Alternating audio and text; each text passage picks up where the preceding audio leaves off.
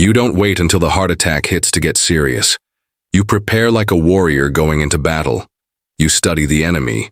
You learn its tactics. You train your body and mind to recognize the signs before they become a death sentence. Most people walk around clueless, hoping they'll feel okay. Hope is not a plan. Hope is what gets you killed when the clock starts ticking and your chest tightens like a vice. After 60, every breath you take, every bite you eat, every moment of inactivity, it all adds up. You're either stacking the odds in your favor or stacking dirt over your coffin. There's no middle ground. You need to know exactly what a heart attack looks and feels like. It's not always that dramatic Hollywood clutch-the-chest moment. Sometimes it's a pressure, not a pain, a tight band squeezing across your chest. It can shoot into your arm, your jaw, your back. It can feel like heartburn, but it's not. Don't be fooled. Don't second-guess it. If something feels wrong, it probably is. That awareness, that brutal honesty with yourself, is the first step toward survival. Don't you dare shrug off warning signs. That's how people die alone, face down on the kitchen floor. They didn't want to bother anyone. They told themselves, "I'll be fine." No, you won't. Not unless you get ahead of it. You've got to drill these signs into your brain like they're part of a battle checklist. Chest discomfort, shortness of breath, nausea, cold sweat, lightheadedness, jaw or neck pain. You feel any combination of those, you don't wait. You act. Because the longer you hesitate, the closer death gets. You need to know these signs the way a soldier knows the sound of enemy fire. Instant recognition. Zero confusion. And let me be real with you. It's not enough to read about it once. You've got to own it, write it down, memorize it, practice saying it out loud. Because when the real thing hits, you won't have time to Google it. You won't have the luxury of thinking straight. That's why you prep now.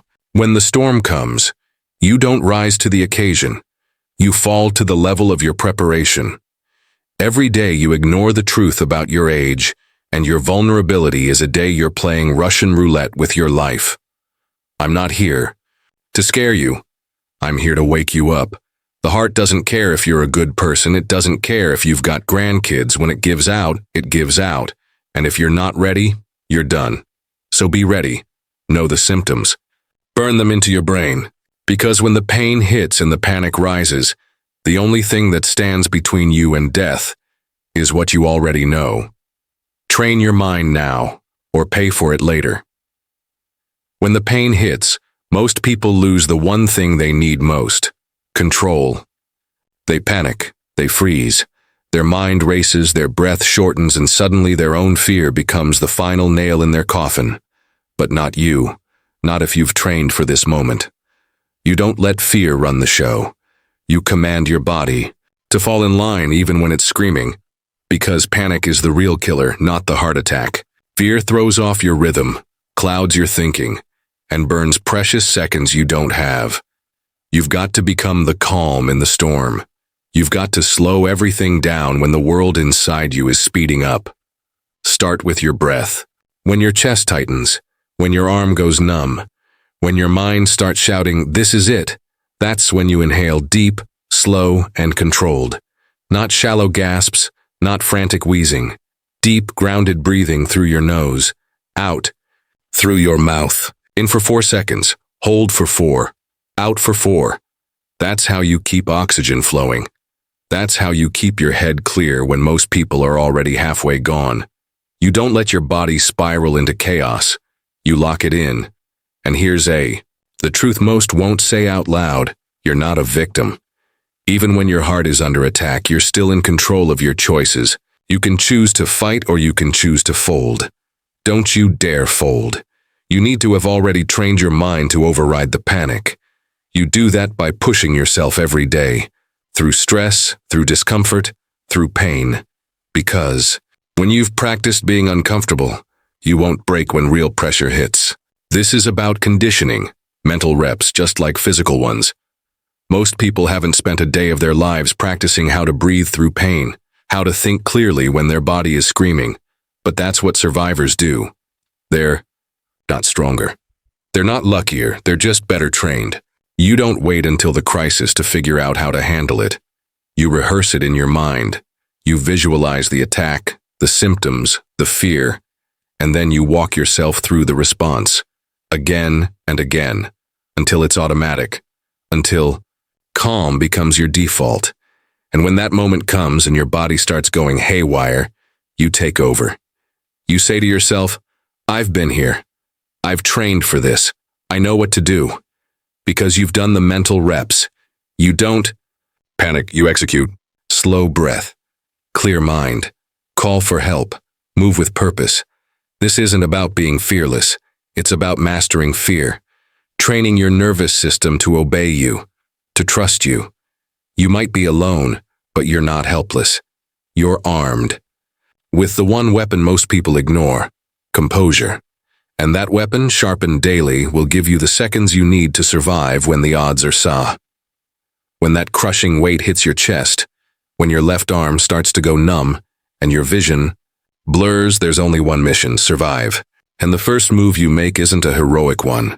It's not pride, it's not toughness, it's not trying to walk it off. It's reaching for your phone and hitting 911. That's not weakness, that's warrior instinct. That's survival mode. You don't hesitate. You don't second guess. You act. Because the moment you start thinking, maybe it's nothing, you're already gambling with your life. And if you're alone, that call is your lifeline. It's the only thing standing between you and the grave. Too many people waste precious minutes talking themselves out of the obvious. I don't want to cause a scene. I'll see how I feel in a few minutes. That's loser talk. That's fear in disguise. That's the voice that says, it's okay to die quietly as long as you don't bother anyone. And you need to kill that voice. You've got one job: stay alive.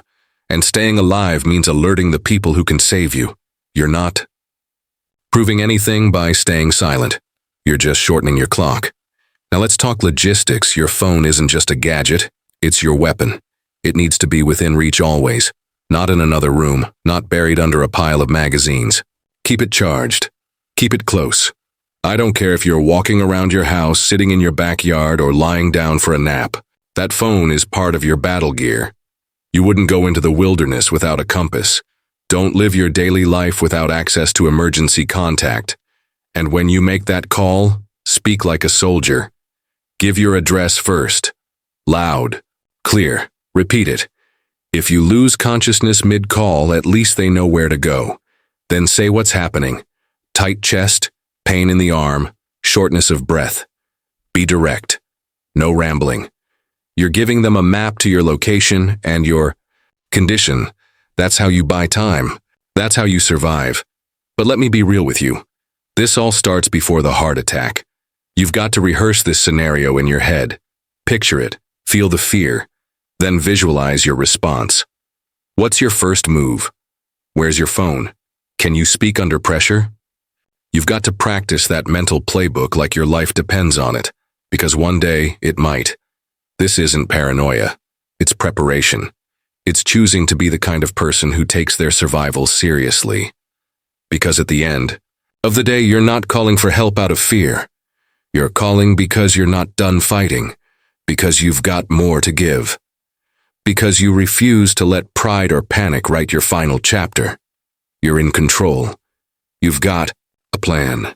And that phone call? That's the first shot you fire in the battle to stay alive.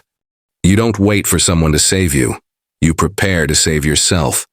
When your chest starts to tighten and you realize this isn't a drill, there's no time to hesitate. There's no room for debate. That aspirin you keep in your drawer? You chew it, not swallow it. Chew it like your life depends on it. Because it does. That tiny pill, that little white circle, becomes your battlefield weapon. And most people don't even have it nearby. That's the kind of unprepared thinking that gets people killed. Aspirin isn't a miracle. It's a tool that buys you time when every heartbeat is a gamble. It doesn't cure the heart attack, but it stops your blood from clotting harder. That clot in your artery, the one that's blocking your lifeline, aspirin slows it down. It opens a small window, and that window might be just wide enough for you to survive until help arrives. But here's the thing. You've got to act fast. Minutes matter. Seconds matter. You don't have time to dig through cabinets or hope. Someone else knows where you keep your medication. You've got to know, you've got to be ready. Keep aspirin in multiple places: your nightstand, your kitchen, your car, your wallet. Hell, tape it to the back of your phone if you have to. This isn't about convenience. It's about strategy. It's about turning your home into a fortress where every second has already been accounted for. You've got to build your environment to respond as quickly as you do. When the time comes, you grab that aspirin and you chew it hard. Not a dainty nibble, not a slow dissolve. You crush that thing between your teeth like you're crushing death itself. You let it flood your system.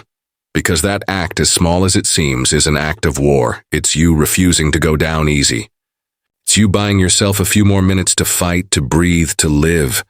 You think it's over the top? Tell that to the people who never made it because they didn't know. They didn't act. They didn't prepare.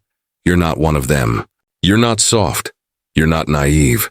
You're not hoping for the best while sitting on your hands. You're building a system, a fail-safe, a routine where readiness becomes who you are. And don't forget, this is your responsibility, nobody else's. Your kids, your spouse, your friends, they love you, but they're not going to be there when it hits at 2 a.m. You will be, alone, sweating, in pain, and the only thing standing between you and the dark is that aspirin you were smart enough to keep within reach. This isn't about fear. It's about preparation. Real preparation. You don't get ready when the storm hits. You stay ready before it comes, and when it does, you're not a victim. You're a warrior in motion, chewing your lifeline, and giving yourself a damn fighting chance. You don't survive a heart attack by chance. You survive it by the life you've built long before the pain hits. Most people think the fight starts when the symptoms show up. That's too late. The real battle is in the everyday choices, the boring, brutal grind of discipline. It's in the miles you walk, the food you choose, the stress you refuse to carry, and the mindset you sharpen, daily like a blade. You want to survive when your heart tries to shut down? Then you better start living like it could happen any damn day. Because it can. You train for it. Not in a gym with selfies and light reps, but in your garage, in your living room, in your mind. Every day after 60, you're either reinforcing your body or letting it rot. And there's no comfort in decay. You want a strong heart? Then move.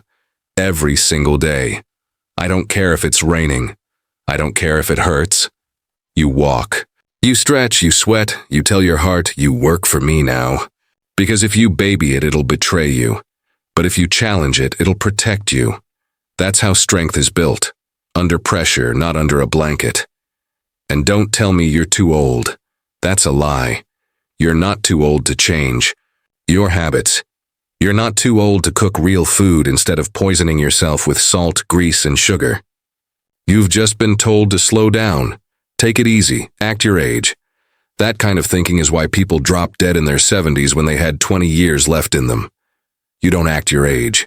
You act like a fighter. You act like someone who knows that life only gives you what you're willing to demand from it. And here's the hard truth. Most people fail because they wait for a crisis to change. They wait for the hospital bed to start caring about their health. They wait for the chest pain to put down the cigarette. They wait until it's too damn late, but not you. If you're reading this, you've already decided to change. You've decided to take ownership. That means you show up every day, even when you don't feel like it. Especially when you don't feel like it. Because heart attacks don't care about your feelings. They don't care if you're tired. They care about whether your body is ready to respond or ready to collapse. You build that body now. You build that resilience with every step you take, every healthy plate you eat, every excuse you ignore. You build it with cold showers, long walks, focused breath work, and a mindset that says, not today. You don't just survive a heart attack by chance. You survive because you earned it. You trained for it. You lived in a way that said, I will not go quietly. That's what it takes. That's the price. Pay it now. Or pay later when it's too late to fight back. If you're over 60 and think you've got time to wait and see, you're already playing a dangerous game. A heart attack doesn't knock, It kicks the damn door down. And when that moment comes, you won't have time to scroll through advice or hope someone shows up. It'll be just you, your preparation, and your will to live. That's why you need to treat every day like it's training. Know the signs, master your breath, keep your phone close, have that aspirin ready, and most of all, build the kind of life that can take a hit and keep moving. Because survival isn't luck, it's not chance, it's built. Brick by brick, habit by habit. You don't wait for the fight, you become the fight. And when death comes knocking, you won't be caught off guard. You'll already be on your feet, eyes locked, heart still beating, saying, "Not today."